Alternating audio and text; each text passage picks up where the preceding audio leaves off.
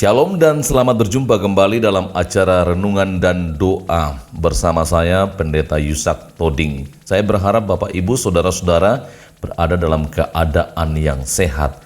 Hari ini bacaan dari 2 Tawarit pasal 34 ayat 1 sampai ayatnya yang ke-7 dengan tema gerakan perubahan.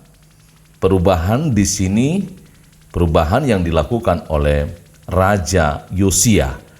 Pada awalnya, Raja Yosia diragukan untuk melakukan gerakan-gerakan perubahan, dan itu sangat beralasan karena Yosia diangkat menjadi raja masih sangat muda, yaitu pada usia yang ke-8 tahun. Usia yang sangat muda, yang masih banyak harus dituntun dan dikawal. Tetapi kemudian ketika ia berumur 8 tahun dalam masa pemerintahannya, artinya ia sudah berusia 16 tahun, ia mulai mencari Allah yang disembah oleh Daud bapa leluhurnya.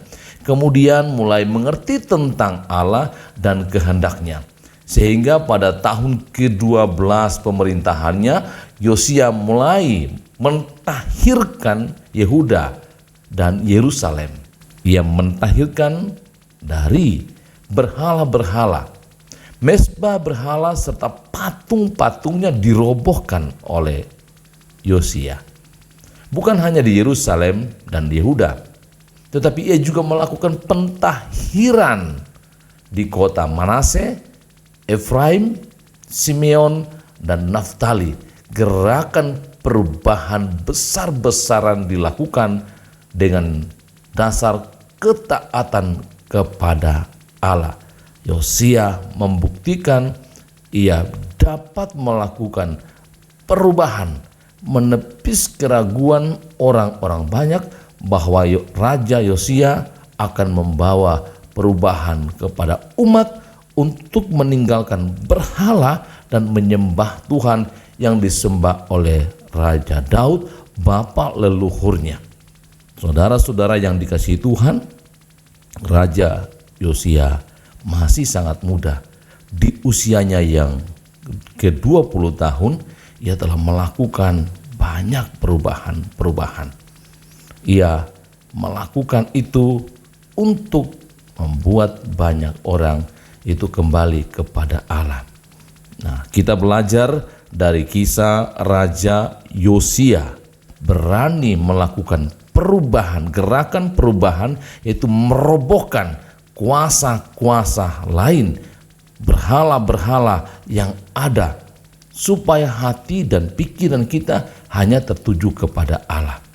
Apapun kekuatan jahat, kekuatan-kekuatan setan, kekuatan-kekuatan berhala, kita hancurkan, dan hati kita mulai digerakkan untuk terus mengenal Allah yang kita sembah di dalam Yesus Kristus. Akhirnya, saudara-saudara yang dikasihi Tuhan, saya mengajak kita untuk melakukan gerakan perubahan, meninggalkan Allah lain, meninggalkan kuasa-kuasa lain, dan hanya mengandalkan kuasa Allah di dalam Yesus Kristus. Tuhan Yesus memberkati. Amin.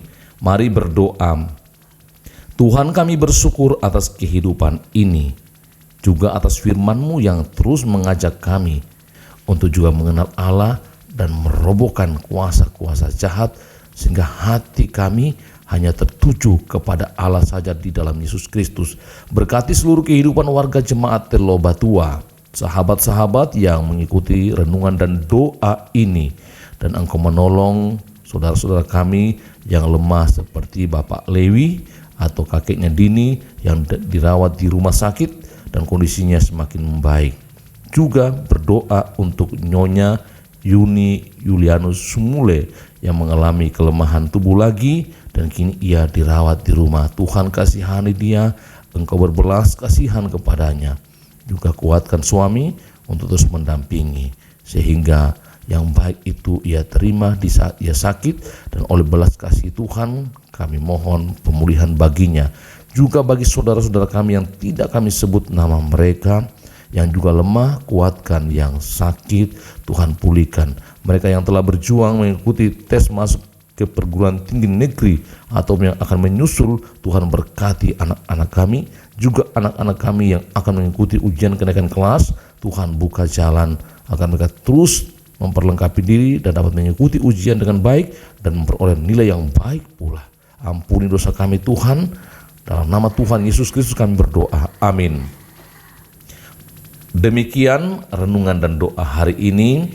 Tetap semangat, terlebih bagi mereka yang lemah, yang sakit, yang lanjut usia, teruslah berkarya selagi ada kesempatan. Tuhan Yesus sayang kita semua.